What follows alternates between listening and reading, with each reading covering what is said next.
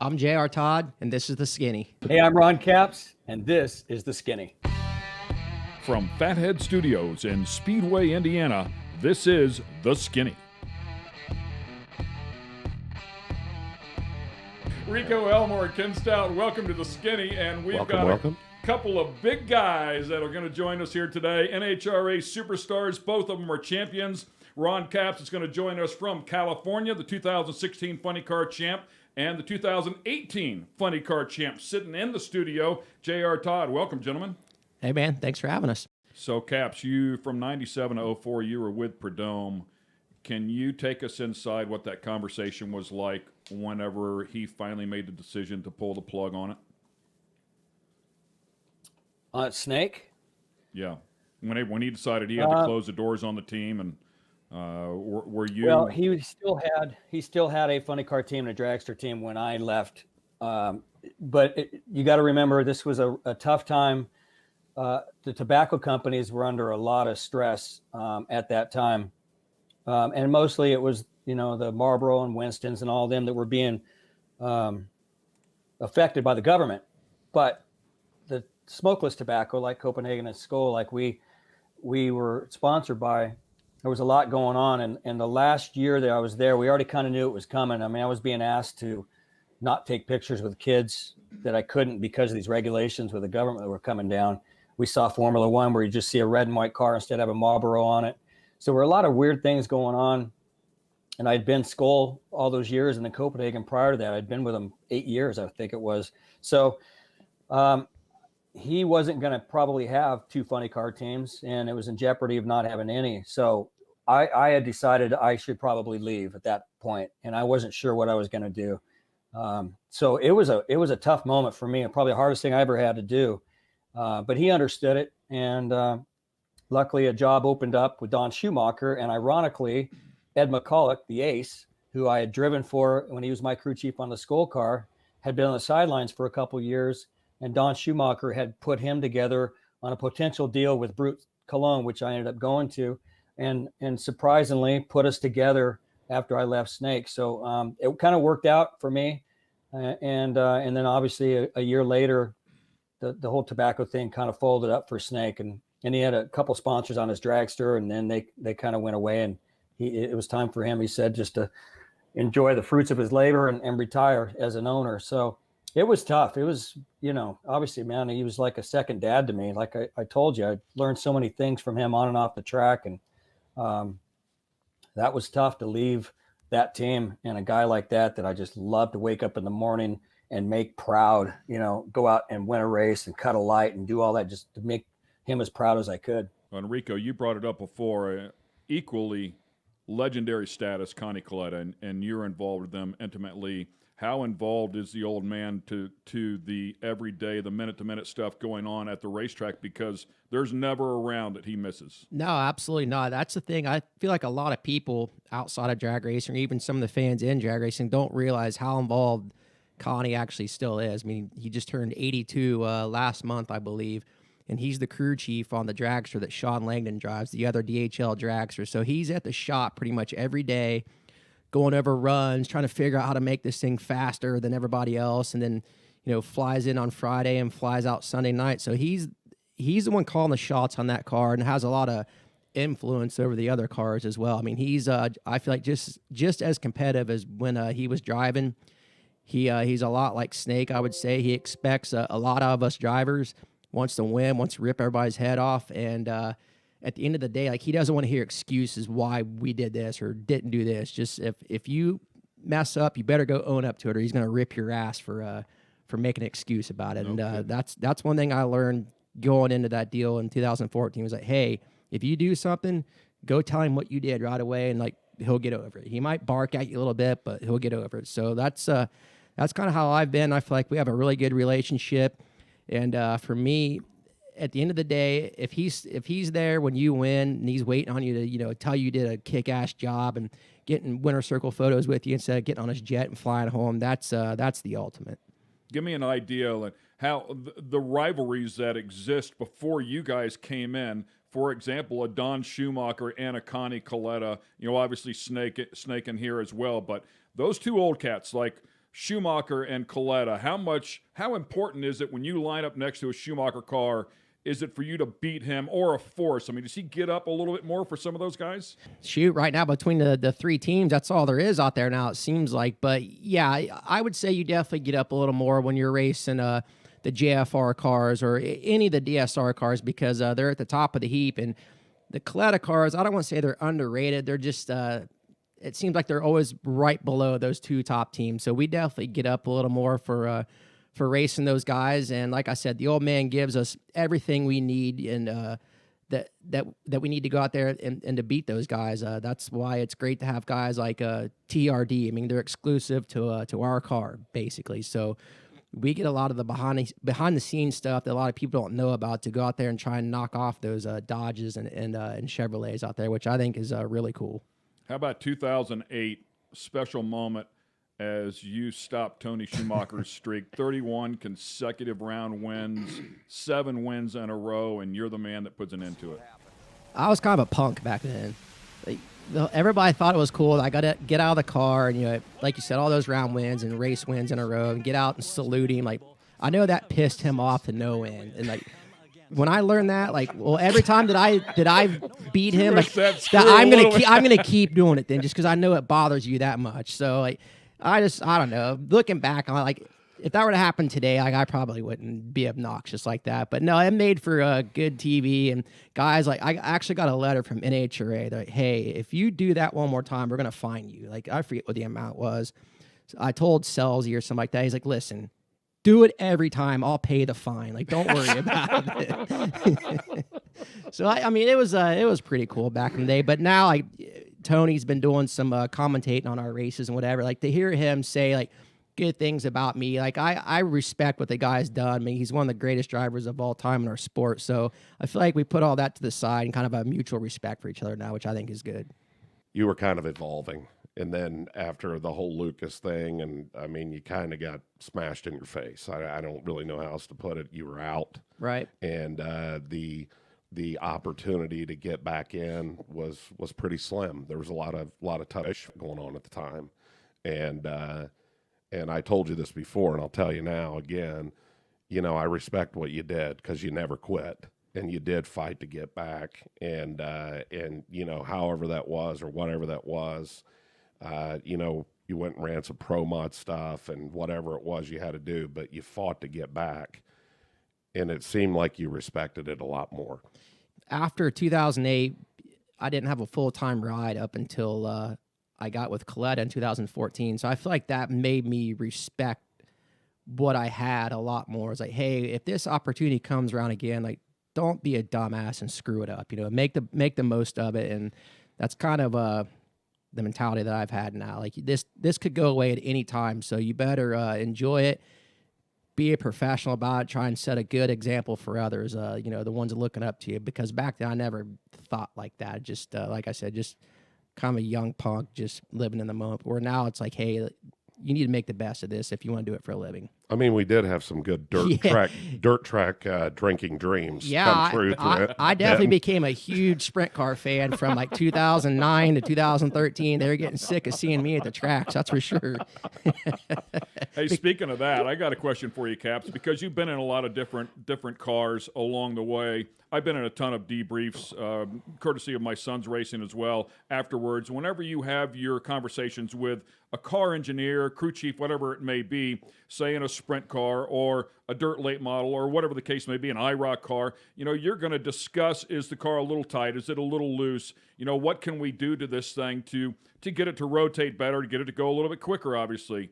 What types of conversations do you have with a crew chief when you climb out of a funny car? I mean, do you fill them in with, the car's pulling a little bit to the left? Or, I mean, what are those conversations? Maybe a half pound of air in a right rear tire? Or, how does that correlate with a oval track car, if you will, or a road course?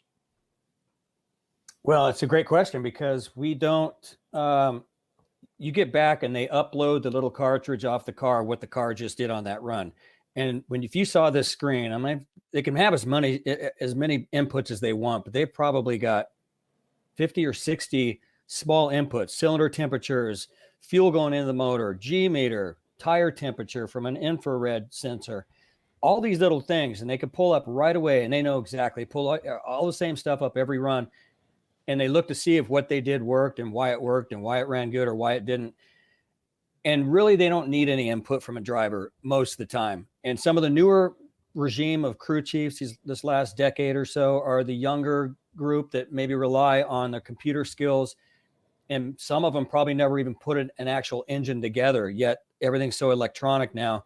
Whereas we used to have retarders for ignition, and now everything's done by a chip, little things like that. So, but I've always, and I've been lucky that I've had my group of crew chiefs I've gotten to work with in my career. You know, it would start off with Roland Leong, the Hawaiian, Ed the Ace McCulloch. I've had Tim Richards, the general, who won all the championships with Joe Amato.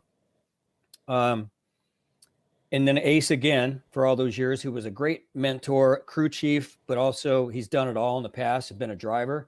And now with Ron Tolber since 2012, these are all guys that in their day, they got out and they looked at the parts every run. They either owned a car back then, they ran a car, or they drove and owned and ran a car back in the day. And so they had to really rely on running on their own dime, or they had their own car that they had to make sure they checked on things. So they're always really good at getting out and reading the plugs and looking at the bearings, things that a lot of these crew chiefs don't nowadays. And so I've always come back and given my input. And there is situations, and it's come up several times here, even this year, where it'll go out and shake the tires, or it'll have a rattle in it, and it's close to where I've had to pedal it. And he thinks it's going one direction, and he thinks making one change might fix it. And I'll have to tell him, like, no, it feels like it's doing this. And he'll come in the next day, maybe after sleeping on it, and he'll go, you know what, you're right. And he'll make that change. And then when the car goes out and hauls ass, it's a great feeling, because you feel like you gave back, rather than you're just you're up there stabbing this thing and hanging on to it.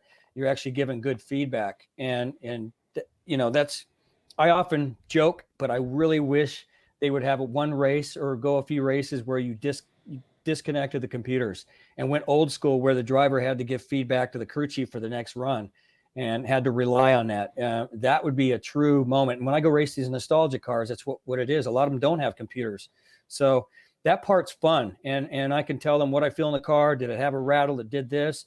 Did the clutch lock up hard? Did it spin out there and rattle when it tried to lock up? Was it too hard of a lockup? Little things like that, you know, you're so much, you've worked on them before in your career, and you've grown up being proud that you could give feedback that's legitimate to a crew chief. And then having a crew chief that is a guy that will listen to you, either because he had to do that when he was driving as a younger guy in his career, or he just relies on knowing that you know what you're feeling in the car.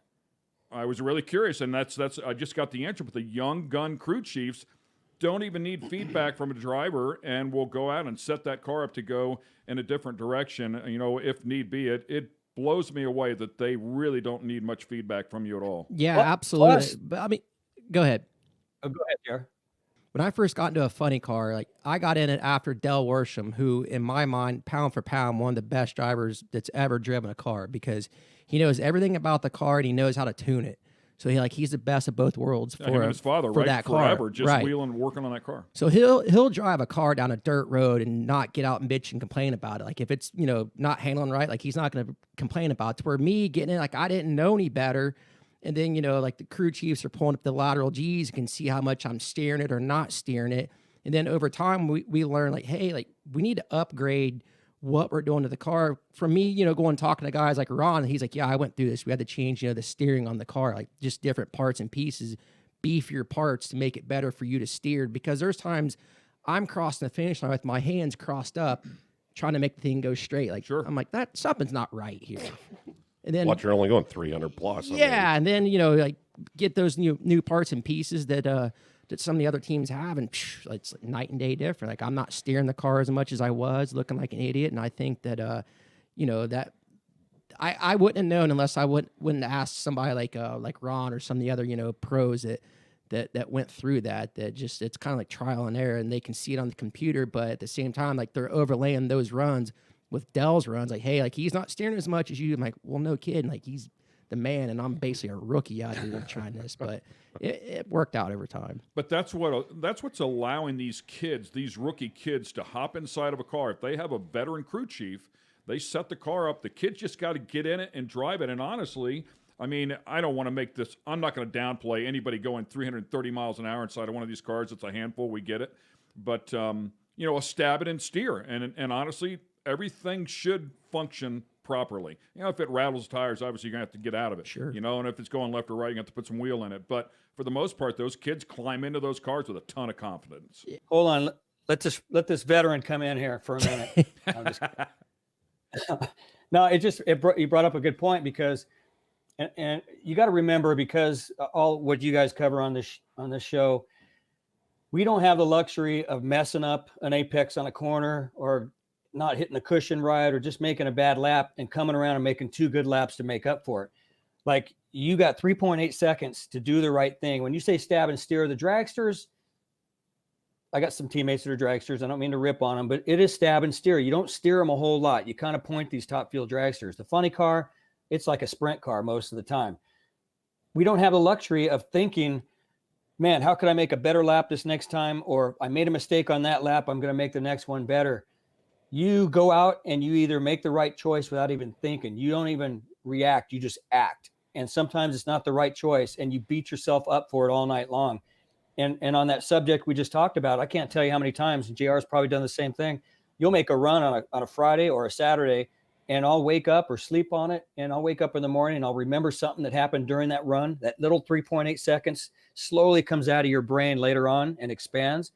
And I'll remember something that happened, and I'll call my crew chief or come in the lounge and say, hey, I forgot to tell you, it did this about 2.5 seconds. And he'll go and look, and he'll go, oh my God, I didn't even see that. Yeah, I'm glad you brought that up. So these little things happen, and drag racing is so unique that we don't have a lot of the luxury of being able to have a second chance or having a second attempt to make something better. When you make a mistake, or you don't leave the line on time, or you do something in the car and you don't catch it, or you pedal it and you shouldn't have, you got to live with it. And it burns you for days. And if it happens on a Sunday, you got to wait until the next time you're in the car. And that part, you know, I think it really it's tough. It's tough to deal with. Yeah, it's a great input. I've got a question for you, JR. I want you to take me for a lap. And whenever I say take me for a lap, all the fans that are listening as well, and we get the normal stuff. Okay, we're going to start the car. I'm going to pull in, pre-stage, stage. I'm going to take off. But I want to know, what is your system? What's your psyche from the time they fire that car up and you're pulling that car in, you take off? What are you thinking about? I mean, are you waiting to see if this thing is going to rattle the tires? You know, are you waiting to feel the clutches come in, you know, at half track? When you get the half track, are you immediately thinking it's almost time to pull in the chutes? And I get a kick out of what Ron said a little bit earlier. Clearly his brain is going, and yours as well. His brain is going so fast that he's already thinking about climbing out of the car and getting after the other guy. So his brain's on fire. He's already processing all this information and thinking about kicking the guy's ass, you know, in the other lane. But I want you to take me for a ride. I mean, what is your system when they close that lid? I mean, I feel like you're already thinking about what you're going to do. It depends if it's qualifying or race day also, because if it goes out there and rattles the tires and shakes, like, you're not going to pedal it. You're just step off the gas, basically. And you're also, like I said before the run, just kind of going through the run, thinking about like who you're running against, their staging process and what have you, listening to other cars in front of you going down the track. If it's hot and slick and not many cars are making it down, or if it's cold and guys are shaking. So once they start the car, I feel like you almost go into autopilot. You have it pretty much somewhat planned out what you're going to do on the starting line, depending on who you're racing against. And, you know, more than anything, you're so focused on hitting that reaction time, hitting the tree on race day.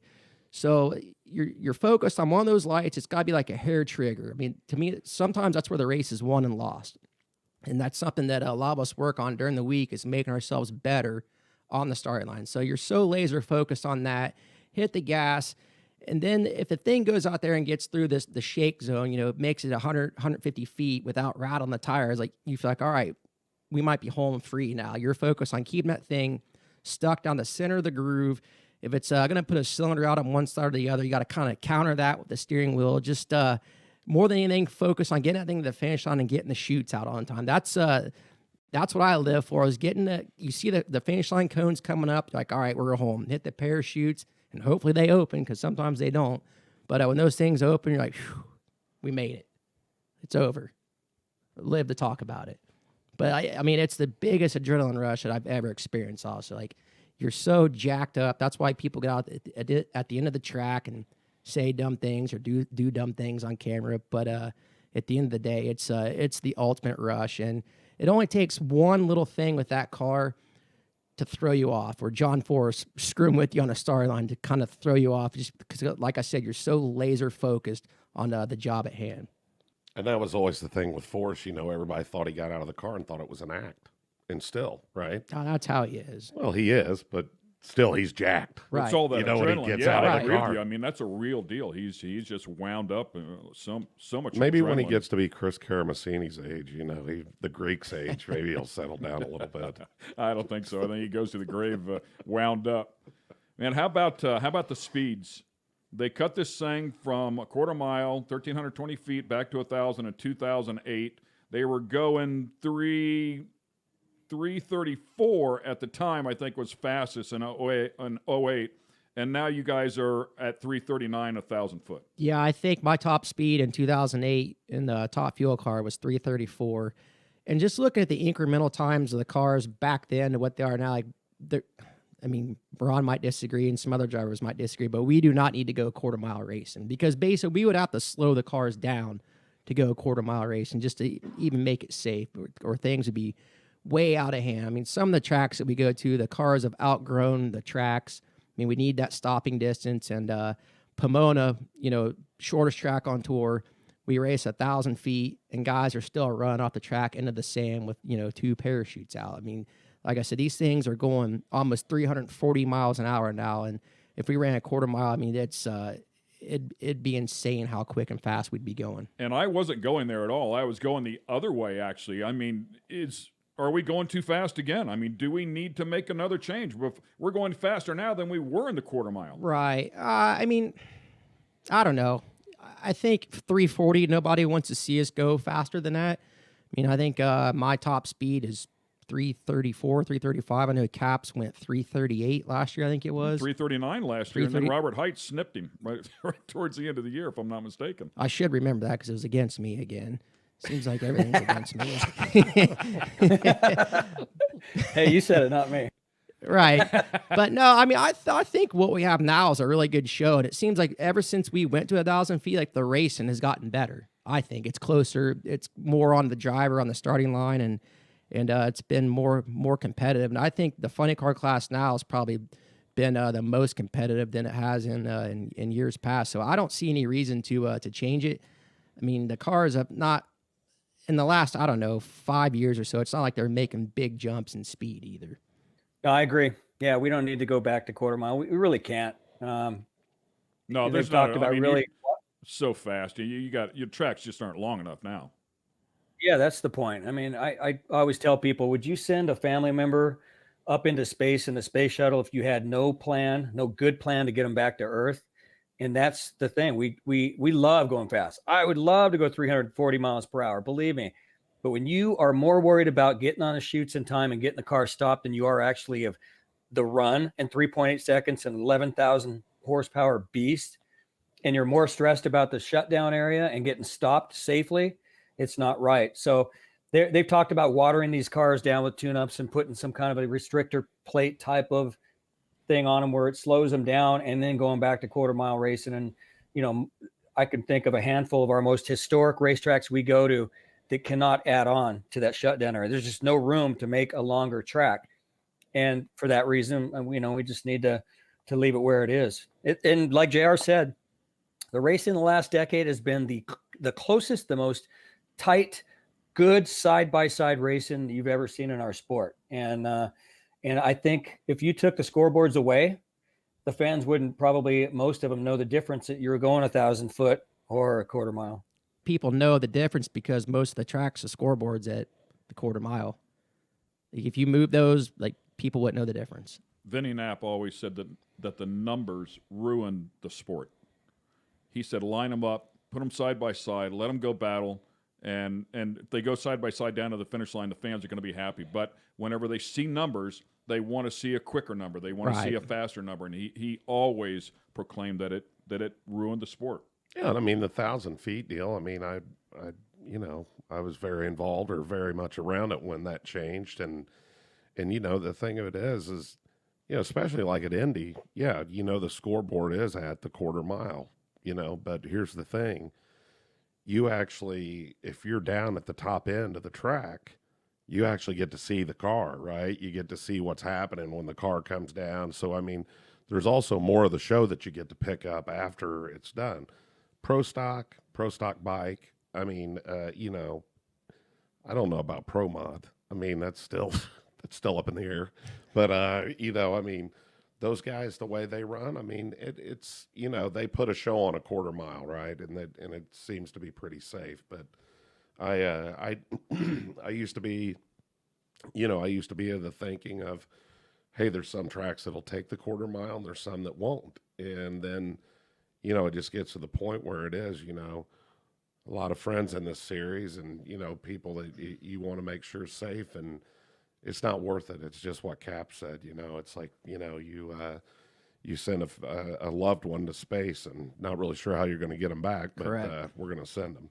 I know. I remember I covered drag boat racing for many, many years, up until Lucas Oil, unfortunately, the series demise a year ago. So, but I remember in 2008, whenever they went through 1,000 foot with NHRA, they followed suit over, with fuel boats on our side as well. And there's no question that it saved some lives. Well, I don't say it saved lives. It saved some crashes. Sure. Which probably saved some lives. That was a good story too. Snake talking about running a drag boat.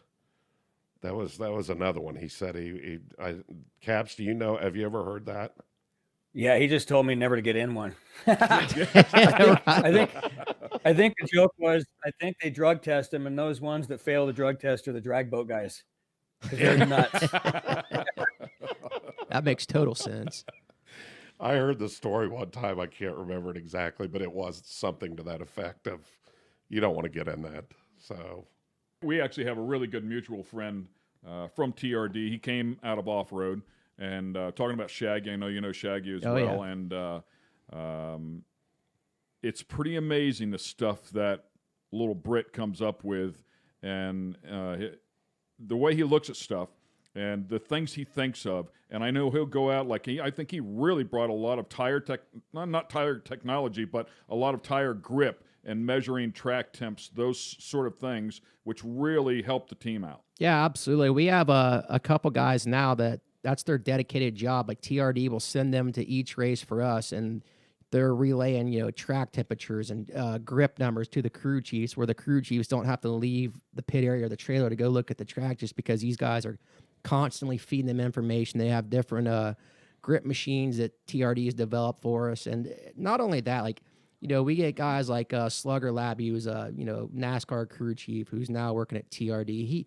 He sees things differently than what, these crew chiefs do, because these crew chiefs been around it their whole life. They kind of get stuck on certain things, and he looks at a different perspective. Like, why don't you guys try this? Like, oh, well, we never thought about that. And just things like that, I think, is an advantage for us. It's helped, our chassis department, and, eventually we're going to have a new body in the works, and things like that are going to go a long ways for us at Coletta's. Shaggy heavily involved, with the midget program when they were, or well, still are, when they were enjoying a lot of success there. And you always see them at the Chili Bowl. Also heavily involved in NASCAR. Those guys are struggling over there. Toyota was struggling a couple of years ago. Suddenly Shaggy goes over there, and I think that's when Kyle Busch went on his turned him right around. Yeah, went on a win streak. And I'm not saying it's all Shaggy, but Shaggy was part of that program. Shaggy is part of the program whenever we were when Johnny Greaves was dominating and off road, and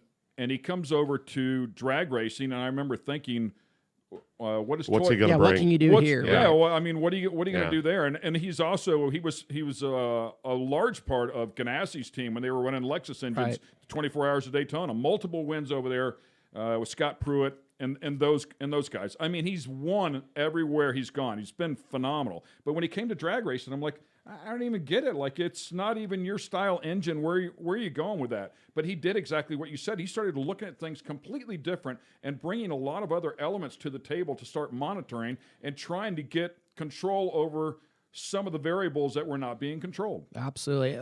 The cool thing for me is I've gone to both TRD facilities, the one in Costa Mesa and the one in outside of Charlotte. and you just see the behind the scenes stuff that they're doing for all different forms of motorsports that they're involved in. Like it's mind blowing. You can see why they do whatever it takes to win. Like they don't accept like not winning basically. And like you said, how can you help drag racing? Like, there's basically nothing you guys can do. Like, well, think again. So you were at Motorsports Day 2 years ago at Toyota. Mm-hmm. Remember when they unveiled the new Supra? Right. And they had Onkyo Toyota on there, Mr. Toyota. And all of this racing comes from him. He still races road races and goes in under assumed names. They don't have any idea that that's who it is. It's running and and things like that. But, at the end of the day, that stuff excites him. I mean, when Kyle won for the first time, the championship, and, the first time, Leffler won at I guess it was O'Reilly, Lucas Raceway Park, whatever out here now, they, when Leffler won out there, it was the first ever Xfinity race, that they won. And so he was always involved with this. And it's interesting. One of the people that was really a big, really had a lot to do with it was David Illingworth. And David was the one that was really involved in motorsports, but I always remember when Toyota got involved in drag racing, it was with David Powers. Mm-hmm. And, the interesting thing was the truck brand manager was the one that was spearheading this. I was like, okay, hold on a minute. Why is the truck brand manager, running the drag racing program? But they were just given vehicles, right? So they weren't this, but then you put Ed Laukus in, my great friend, and Ed Laukus starts taking the motorsports program to these different steps and starts, getting people like Shaggy in place and getting Slugger and all these different guys in these different places, these engineers, Tyler Gibbs at TRD, of course, David Wilson, who's still there, the president, and all these guys. And I mean, they have an unbelievable deal. And I mean, I don't get why. I mean, I do, but I don't. Why doesn't all the other manufacturers do it? I mean, they're showing a lot of success with it. I mean, Caps, I'm sure you guys have some support with Mopar, or do you not, or how does that work? Yeah, we do with Dodge, especially with bodies. That's the really big deal. You see what TRD and what they've done when they came into drag racing right off the bat. I mean, they showed that they did not want to mess around, and really that they sent us back to the drawing board to make a better funny car body. And it's always better when more people are coming and being more involved, especially from the technical side of it. When I started with Don Perdome's, we got to go to the GM wind tunnel with our funny car, and that was the first time. That was cool. And things like that you just don't see anymore, and that kind of all went away. And it, the funny car bodies, there are so many limitations on them. You can't get crazy, which can be a good thing. But I think really all the technical stuff that these manufacturers are bringing in are really raising the bar for everybody to get better and better. Yeah, I mean, it started way before that. I mean, Caps, it was like when Alan Johnson first started funny car racing with Selzy. They had that Toyota Celica, and I've seen pictures of that thing within the last couple months. And you look at that compared to our funny cars now, like, holy cow! Like, looks like a spaceship almost. The massive wing on it and all that. Like, they've come a long way since when they first entered. It's cool to see the progression. Like Force and Ford they had a hell of a program going there for a while too. Yes, sir. Yeah, a lot of R&D and wind tunnel time, and I think that's kind of what TRD is trying to push the limit on getting back to that, like spending time in the wind tunnel down in Charlotte with the NASCAR guys and getting us more time with the funny car, just learning what little things we can do to make it better, to be competitive with the Dodge and the Chevy and the Ford, just because our body right now, it's so much older than what those guys are running, but still mostly competitive also. Have either one of you guys have they ever put one on a shaker rig? Is that something that would apply? They've put a chassis on some of a shaker rig just to see what it would take to break one, I think, but not like what NASCAR is doing with their stuff, which TRD has their own shaker rig there for that kind of stuff. It's pretty awesome seeing seeing that thing work. You never know what you might learn when you put something on there, right? Yeah, I mean, the coolest thing that I saw at TRD, like Caps would love this, is their simulator, where they'll take all these kids, say the ones they're bringing through Keith Coons's and what have you, to see if they can make it in pavement. They'll stick them in this simulator for hours at a time, and it's so lifelike. They can make any changes they would make at the track on a car within this simulator. It's like a huge $1 million video game, basically. And I can tell you that I have no business in a cup car. Here's what we learned. Right, yeah. I think that's why they stuck some of us in there, just to make sure we didn't need to be drag racing. But, yeah, they learned, like, man, these guys suck. I actually heard that while they're running a race or if they're practicing whatever, they will try things on the sim and say, hey, this worked right here, and they'll send it out to the team, and they'll make those adjustments, and it applies. Yeah, there's a guy there full-time. I can't remember what his name is, but he's a past driver, and he'll try every, setup that these teams, the Gibbs team, send him, and he'll tell you which is the best. What if they send him, they'll plug that into the cars at the track, and there you go. That just saves, like, Kyle Busch and those guys don't need to go to the simulator because they can rely on that guy there. They trust him that much. The best thing possible is having my simulator here at the house. So we've been putting races together. Rico was in, I told JR, he was in last night, jumped in a sprint car at Eldora. And of course, there's Rico, second on the list up there, trying to keep up with him. And Larson, those guys are they're having a blast. So it's going to be fun this next couple of weeks on iRacing. It's taken off, the iRacing thing. I mean, nobody's racing, so they're all jumping on iRacing. And I've heard rumor mill stuff possibly even show up on a network, so I'm kind of curious to see where it goes. I know that Ron's been involved with that stuff, from day one. Like, somehow I wish we could get them involved in drag racing. Like, I don't know that it'd be as lifelike as, the cup cars and dirt track, but I think it'd be pretty cool to have a drag racing simulator, like, because everybody thinks, well, you guys just run down a 2-lane track. It can't be that different. But every track we go to is different. They all have their own characteristics.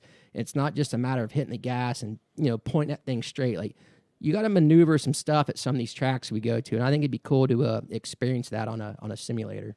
Caps, keeping up with all the road racing stuff and oval track stuff, a lot of the road track guys will come off of a track. And, of course, they'll write notes, in turn 7, there's this, there's a sealant line, that will give some grip if you enter a little bit low and come out higher, whatever the case may be. You write some notes. Do you guys do any of that sort of stuff at a drag strip to kind of refresh yourself?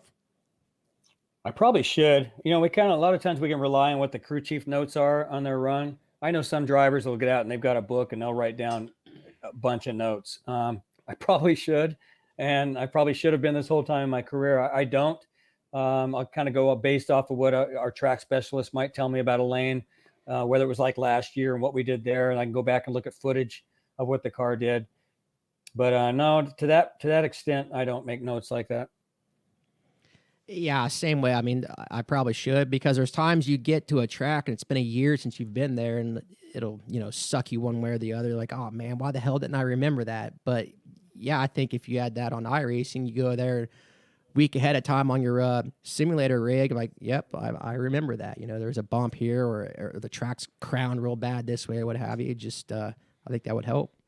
Awesome stuff, man. Well, I'll let you guys go. Had you on this thing already for a good bit over an hour here, and I know you've got a lot going on, and a lot of people trying to grab you and spend a little bit of your time for you. We appreciate you taking the time out there on the West Coast to call in and sit with us for a bit, Ron. The one good thing about this lull is I get to do stuff like this with you guys. So thanks for asking me, JR and Rico and Ken. Man, you guys keep it up. It's a great show.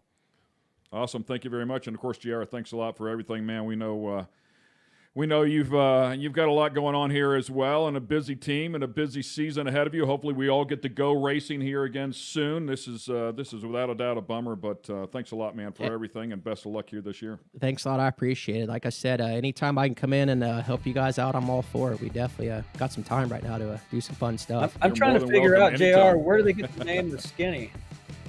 That's kind of what I was wondering as well. I wondered the same thing. I think there's a little fat joke hiding in there, Rico. I don't know, man. I'm looking. Maybe you should have called it something else. Two fat guys in a desk. Yeah, thank you. Here, let me get my chair down a little bit more here. Is this better? Thanks for watching this episode of The Skinny. Be sure to check out all the latest sun and optical eyewear at fatheads.com. Special thanks to our sponsorship partners at Elliott's Custom Trailers and Carts.